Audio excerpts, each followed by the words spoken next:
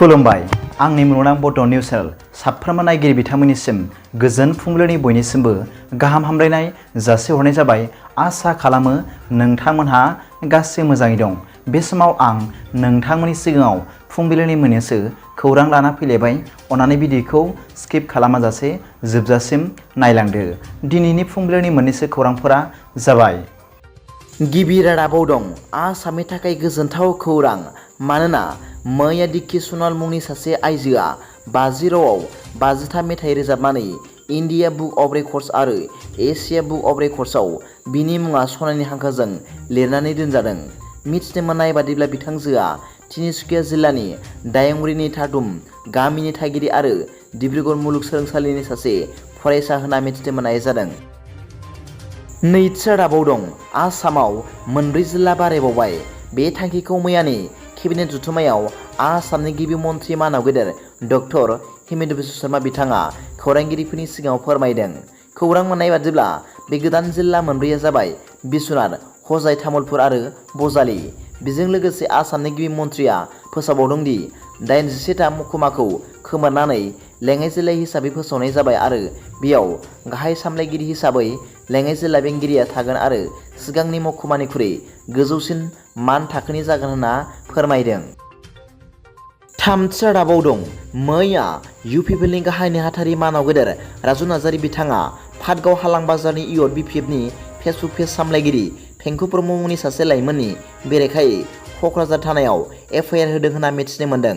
खौरां मोननाय बादिब्ला बे बिपिएफनि लाइमोन सेंग्राया बिटिआरनि लेङाइ गाहाय मावफुं सोद्रोमा मानाव गेदेर गबिन्द बसुमतारीखौ हिन्जाव गदाय लानानै खारदों होननानै ओंथि गैयै रोखोमै पस्ट होनायनि थाखाय आरो आथिखालनि बिटिआर सरकारखौ बदनाम होनो नाजानाय जादों आरो बेनिखायनो बिथां फेंखु ब्रह्मनि बेरेखायै FIR होनाय जादों होनना इउपिपिएलनि गाहाय नेहाथारि मानाव गेदेर राजु नार्जारि बिथाङा खौरांगिरिफोरनि सिगाङाव फोरमायदों।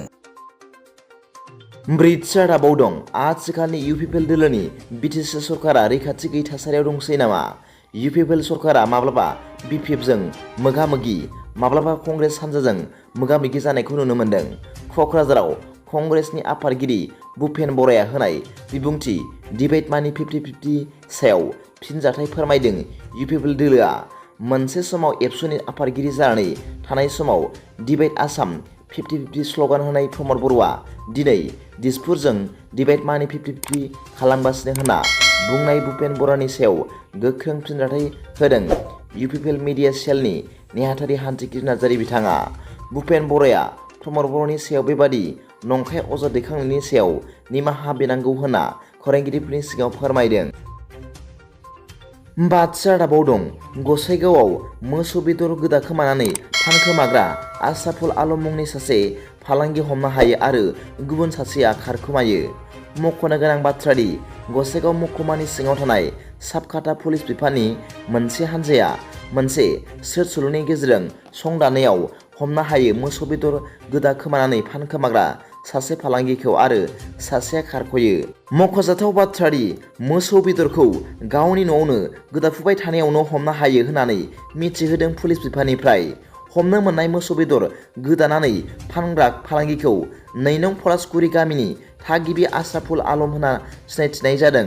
गुबुन फारसे खारग'नो हानाय सासेखौ एखे गामिनिनो आजमल आली होननानै पुलिस बिफाना फोरमायदों। दिनैनि फुंबिलिनि मोननैसो खौरांफोरा दा बेखिनिल'मोन।